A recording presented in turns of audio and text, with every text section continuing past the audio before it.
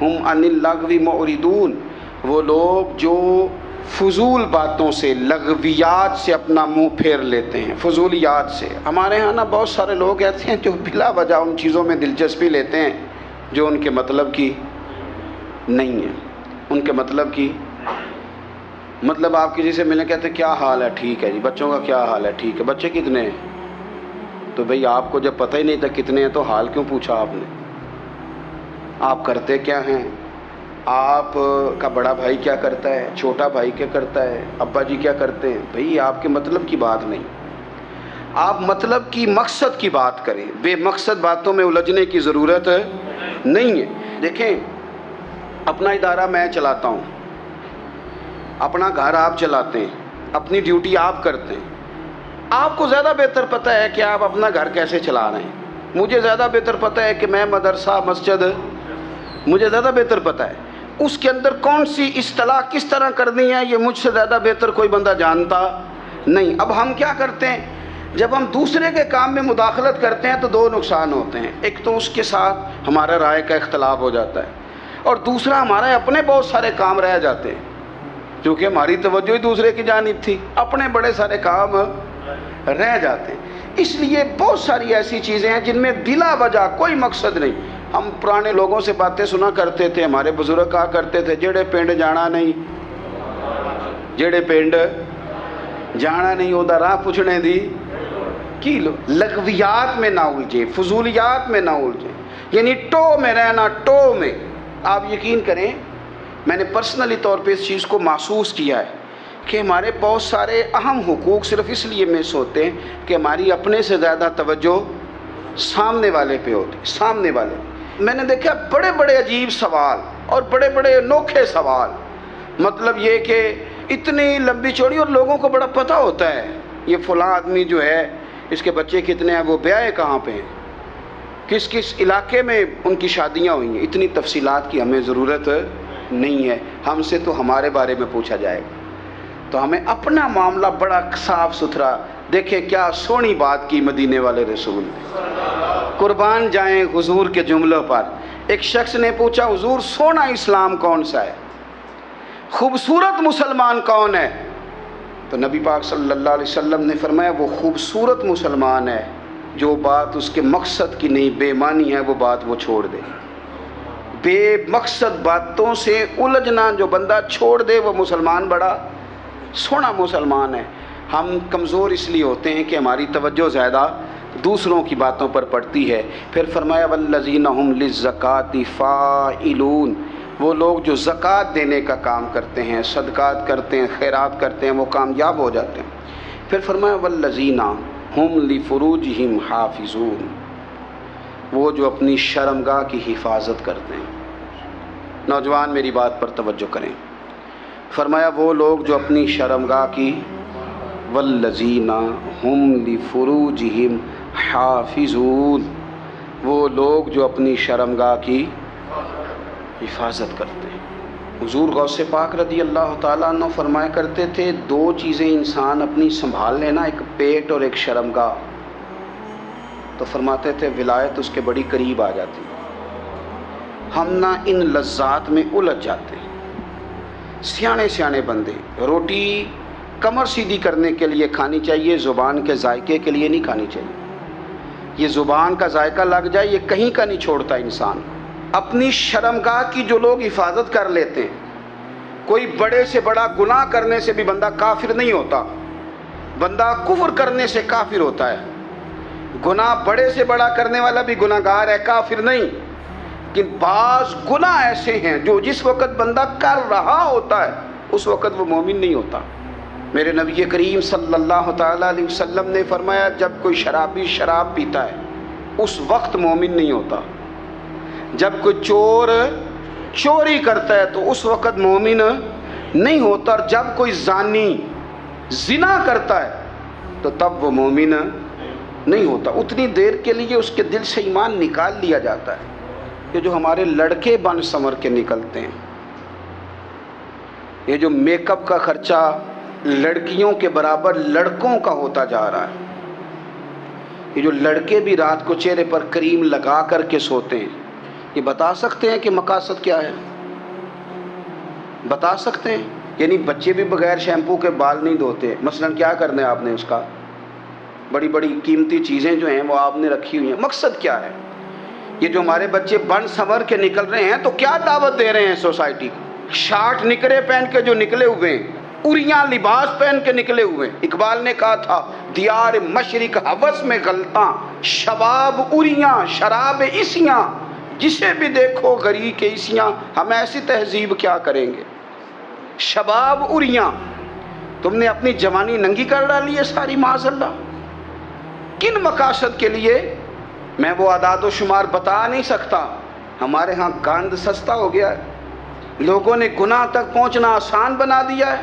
آپ دیکھ لیں گندگی دروازے پہ اور گند موبائل میں، کیسے بچائیں ان بچوں کو؟ کیا کریں؟ کلیجے پھٹتے ہیں۔ ابھی باتیں سوچتے ہیں تو سوچتے ہیں آنے والی نسل کو کہاں لے جائیں، کہاں چھپائیں، کیا ایسا کریں کہ یہ بچ جائیں، خدا را قربان جائیں حضرت عثمان غنی پر۔ مصنف ابن ابی شیبہ میں صحابہ فرماتے ہیں حضرت عثمان غنی نا بڑے مالدار تھے۔ مال آتا ہے تو لوگ عیاش نہیں ہو جاتے، مال آتا ہے تو لوگوں کی خواہشات بہت بڑھ نہیں جاتی۔ بڑے مالدار تھے، مالدار بھی تھے اور سونے بھی بڑے تھے۔ حضرت اسامہ بن زید کہتے ہیں میں نے زندگی میں اتنا سونا بندہ نہیں دیکھا جتنے حضرت عثمان غنی خوبصورت تھے، پیسہ بھی حسن بھی۔ لیکن فرماتے ہیں کہ حضرت عثمان غنی سب سے بڑھ کر اپنی شرمگاہ کی حفاظت کرنے والے اور سب سے بڑھ کر صلہ رحمی کرنے والے، رشتہ داروں سے اچھا سلوک کرنے والے، حیا والے، شرم والے، پاکیزگی والے۔ آپ کا ذہن ہے، آپ صبح اٹھتے ہی ذہن بنا لیں کہ میں نے آج اتنا سبق پڑھنا ہے، آج اتنی تفسیر دیکھنی ہے، اتنی عبادت کرنی ہے، فلانی نعت میں نے دیکھنی ہے، فلاں خیر کا کام کرنا ہے، فلاں آدمی کے ساتھ نیکی کرنی ہے۔ صبح ذہن بنا لیں، آپ کا ذہن وہی کام کرنے لگے گا۔ لیکن اگر صبح اٹھتے ہی ذہن میں گندگی ہے، رات کو سوتے ہی معاذ اللہ ذہن میں وسوسے ہیں، تو پھر سارا دن وہی چکی چلے گی، وہی انداز رہے گا۔ تھوڑا سا آپ کو اس کی نگرانی کرنی ہے، تھوڑا سا۔ فحاشی، عریانی یہ تیزی سے پھیل رہی ہے، تیزی سے گندگی لوگ کشید کر کے لاتے ہیں۔ اور حیا کا مطلب صرف اتنا ہی نہیں ہے آپ زنا اور بدکاری سے بچیں، آپ اپنی زبان کو بھی حیا والا بنائیں۔ کوئی کچا کمزور جملہ، گندی بات، گالی کبھی بھی زبان پہ نہ آئے، آپ کا انداز حیا والا ہو۔ بے باک ہو جانا، بے باک بولنا، میں باریکی سے اس بات کو سمجھتا ہوں اور میں آپ کو بہت ساری بزرگوں کے ارشادات کا نچوڑ عرض کرنے لگا ہوں۔ آپ اپنا ذہن صاف کر لیں، آپ کے بہت سارے کام ویسے ہی صحیح ہو جائیں گے، چونکہ ہمارے دین کے اندر زیادہ اجر نیتوں اور ارادوں پہ ملتا ہے۔ آپ کے جو اندر کی پاکیزگی ہے وہ بہت سارا فضل لاتی ہے اللہ کا، اور اگر دل ہی ناپاک ہو، ذہن ہی ناپاک ہو، تو وہ خیر کی چیزیں کس طرح کر کے داخل ہوں گی؟ اپنی شرمگاہ کی قربان جائیں۔ نوجوانوں ذرا غور کرنا، میرے نبی کریم صلی اللہ تعالیٰ علیہ وسلم کے بارے میں حضرت عائشہ صدیقہ فرماتی ہیں کہ عرب کی کواری لڑکیاں بڑی حیا والی ہوتی تھیں، لیکن اللہ کے پیارے رسول صلی اللہ علیہ وسلم عرب کی کواری لڑکیوں سے بھی بڑھ کر حیا والے تھے۔ یہ ہمارے بچے مذاق میں ہمیں کئی دفعہ کہتے ہیں شادی کرا دو، شوگل میں کہہ دیتے، ابا کو کہہ دیتے ہیں، ابا کو نہیں منہ پہ آگے کہہ دیتے ہیں، کہتے ہیں یہ بڑا بھائی مصیبت بن گیا، یہ ہٹے گا تمہاری باری آئے گی۔ آپ کچھ ایسی باتیں کر رہے ہیں، کچھ ایسے انداز آپ اختیار کر رہے ہیں جو وزادار لوگ کرتے نہیں۔ شرم و حیا سے وہ چیزیں ڈھل جاتی ہیں، جو باتیں ہمارے بچوں کی زبانوں پر بے باکی کے ساتھ آنے لگی ہیں۔ اور میں آپ کو ایک عقلی بات عرض کرتا ہوں، آپ اپنی زبان سے جو جملے خود ادا کرتے ہیں وہ جملے آپ کے دل پر بھی اثر کرتے ہیں۔ اگر آپ غلط بات بار بار کریں گے تو آپ کا دل بھی غلط بات کی طرف مائل ہو جائے گا۔ آپ 10 بار 15 بار 20 بار کوئی خیر کی بات کریں، خیر کی، تو آپ دیکھیں گے آپ کا دل بھی خیر کی طرف مائل ہو جائے گا۔ آپ خیر کی باتوں پر اپنے آپ کو لائیں، اچھی باتوں پر اپنی توجہ لائیں، آپ کا دل بھی اچھائی کی طرف مائل ہو جائے گا۔ کفل کا ایک واقعہ ترمذی میں ملتا ہے۔ ایک شخص کفل نام کا تھا بنی اسرائیل میں، ایک عورت مجبور تھی، اس کے بچے بھوکے تھے، تو کفل نے اسے مائل کر لیا کہ تو میرے ساتھ گناہ کرے گی تو پھر میں تیرے بچوں کی روٹی تجھے دوں گا. تو وہ عورت پہلے تو بیچاری نہ مانی، لیکن بچوں کی بھوک دیکھ کے مجبور ہو گئی. جب کفل کے قریب گئی نا وہ عورت، اس نے دروازے سارے بند کر لیے. ترمذی شریف میں اس کا واقعہ موجود ہے. چاروں جانب سے بند ہو گیا سارا کچھ. لیکن جب وہ کفل کہتا ہے میں اس بی بی کے پاس جانے لگا تو عورت کا وجود کانپتا تھا. جس بندے کو گناہ کی طرف جاتے اس کی طبیعت میں ہیجان پیدا ہو تو مانا یہ ہے کہ ابھی ذہن پورا غلیظ نہیں ہوا، ابھی طبیعت پوری گندی نہیں ہوئی، ابھی ایمان کی بہت ساری قسمیں موجود ہیں. عورت کا وجود کانپتا ہے. تو کفل کہتے ہیں کہ میں نے اسے کہا کہ سارے دروازے بند ہیں، ڈرتی کیوں ہے؟ تو کہنے لگی ڈرتی اس لیے ہوں کہ سارے دروازے بند نہیں ہوتے، ایک دروازہ کھلا ہے اور وہ دروازہ رب قدیر کا دروازہ ہے، اسے کیسے بند کیا جا سکتا ہے؟ تو کہتے ہیں جب اس نے یہ لفظ کہے تو مجھ پر بھی بات کا اثر ہوا، مجھ پر. تو میں نے کہا کہ اگر تو عورت ہو کہ رب سے اتنا ڈرتی ہے تو مجھے تو اس نے مرد بنایا ہے. تو مرد تو ہوتا ہی وہ ہے جو اپنے آپ پر کنٹرول کر سکے. تو اب نہ معاملہ آگے جائے گا، اب یہاں بات رکے گی نہیں، جا میں تجھے آزاد کرتا ہوں. عورت گئی، اس نے توبہ کی کفل نے، اور رات رو کے کہنے لگا مالک آج میں نے توبہ کی ہے تو میرے اوپر مہربانی کرنا، میری توبہ ٹوٹنے نہ پائے. رات اس نے توبہ کی، رات ہی انتقال ہو گیا. لوگوں کو پتا تھا بڑا بے حیا ہے، بد کردار ہے، گناہ گار ہے، شاید لوگ اس کا چہرہ دیکھنے بھی نہ جاتے، پر مالک کریم ہے نا. حضور فرماتے ہیں سویرے اس کے دروازے پہ لکھ دیا اللہ نے، لوگوں رب نے کفل کے سارے گناہ معاف کر دیے ہیں. اس کے دروازے پہ لکھ دیا گیا. جب آپ اپنی حفاظت کرنا چاہتے ہیں تو اللہ پھر اسباب بھی پیدا کر دیتا ہے. اپنی شرمگاہ کی، اپنی نظر کی آپ خوب حفاظت کریں. اور میں آپ کو ایک بات عرض کروں، ایک بندے کے باحیا ہو جانے سے نا، ایک بندے کے ٹھیک ہو جانے سے اس کے دائیں بائیں بے شمار لوگ ٹھیک ہو جاتے ہیں. نہ چاہتے ہوئے بھی آپ کی نیکی کا اثر آپ کے دوستوں پہ پڑتا ہے، نہ چاہتے ہوئے. اور ایک بندے کے بگڑ جانے سے اس کے دائیں بائیں بہت سارے لوگ بگڑ جاتے ہیں، بہت سارے لوگ بگڑ جاتے ہیں. آپ اگر اپنے لب و لہجے پر یہ پابندی لگا سکیں اور اپنے آپ کو اگر آپ سنبھال سکیں تو پھر یاد رکھیے گا بڑی ساری چیزیں بہتر ہو جائیں گی. کچھ چیزیں ایسی ہوتی ہیں جو ہم فراخ دلی سے بانٹتے ہیں، اور کچھ چیزیں ایسی ہوتی ہیں جو مجبور ہو کر ہم دیتے ہیں. کئی دفعہ ایسا ہوتا ہے کہ سامنے والا کچھ زیادہ تکلیف میں ہوتا ہے اور ہمارے پاس بھی وسعت نہیں ہوتی، لیکن زیادہ اجر اسی بندے کو ملتا ہے جو تھوڑی تکلیف برداشت کرے اور سامنے والے کی تکلیف کو دور کرے. مدینہ منورہ میں نا قحط پڑ گیا تھا، غلہ نہیں ملتا تھا. تو قحط کے زمانے میں لوگ نا پھر چیزوں کو مہنگا کر کے بیچتے ہیں. ہمارے ہاں ایک طرف چینی کی لائنیں لگی ہوتی ہیں اور دوسری دفعہ چھاپا پڑتا ہے، پورے کے پورے گودام بھرے ہوئے نکل آتے ہیں. لوگ مصنوعی قلت پیدا کر دیتے ہیں. حضرت عمر فاروق رضی اللہ تعالیٰ عنہ کے زمانہ نور میں قحط پڑ گیا تھا. گندم کا دانہ اس طرح ہو گیا تھا جس طرح سونا ہے. سیدنا عثمان غنی رضی اللہ تعالیٰ عنہ کے نا بہت سارے اونٹ غلے کے بھرے ہوئے مصر سے آئے، اور لگتا یوں ہے کہ وہ شخص آپ ہی کو غلہ دیتا تھا، کسی اور کو دیتا بھی نہیں تھا، جو اونٹ بھر کے اس نے لیے.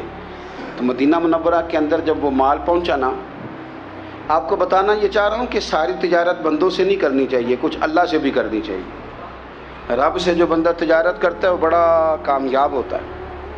وہ غلے سے بھرے ہوئے اونٹ آپ کے پہنچ گئے تو تاجر آئے، انہوں نے آگے کہا عثمان ہم کھول کے نہیں دیکھتے کہ اندر مٹی ہے کہ سونا ہے، اور یہ بھی نہیں پوچھتے آپ نے کتنے کا خریدا. آپ کی زبان پر اعتبار ہے، آپ نے جتنے کا مال لیا ہے نا ہم ڈبل دیتے ہیں، آپ ہمیں دے دیں. آپ فرمانے لگے نہیں مجھے زیادہ نفع ملتا ہے.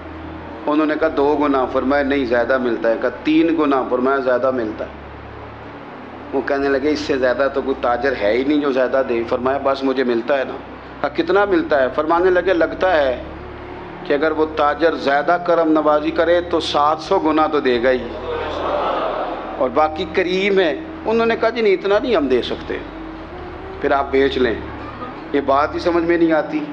لوگ چلے گئے تو حضرت عثمان غنی مال اٹھا کے مسجد کے دروازے پہ لے گئے، جا کے کہنے لگے اے عمر اعلان کر دیں جس غریب کو گندم کی ضرورت ہے، آسانی کے دور میں نہیں، دقت کے دور میں، جب لوگوں کو مل نہیں رہی چیز، جس کو ضرورت ہے وہ آئے اور آ کے لے جائے۔ جب جناب عثمان غنی کے اس غلے کا اعلان ہوا تو تاجروں کو اب مسئلہ سمجھ میں آیا کہ یہ 700 گنا کو بندہ نہیں دے رہا، یہ رب کریم عطا فرما رہا ہے۔ میرے عزیز، کچھ سودے رب کے ساتھ بھی کریں۔ اگر کوئی بڑا ضرورت مند دروازے پہ آ جائے نا تو پھر اپنا نفع نقصان نہیں سوچنا، پھر تو رب کے ساتھ تجارت کرنی ہے۔ ضرورت مند کی ضرورت کا لحاظ کرنا، یہ نہ مسلمانوں کے ایک دوسرے کے قریب کرے گا۔ ہم کون ہوتے ہیں کسی کی حاجت پوری کرنے والے، ضرورت پوری کرنے والے؟ کرنے والا تو اللہ ہے۔ تو اگر رب ہمیں کبھی وسیلہ بنائے، ذریعہ بنائے، تو پھر ہمیں ذرا نا خوش دلی سے بننا چاہیے، ذوق اور شوق سے بڑھنا چاہیے، پھر ہمیں کمزور نہیں پڑنا چاہیے۔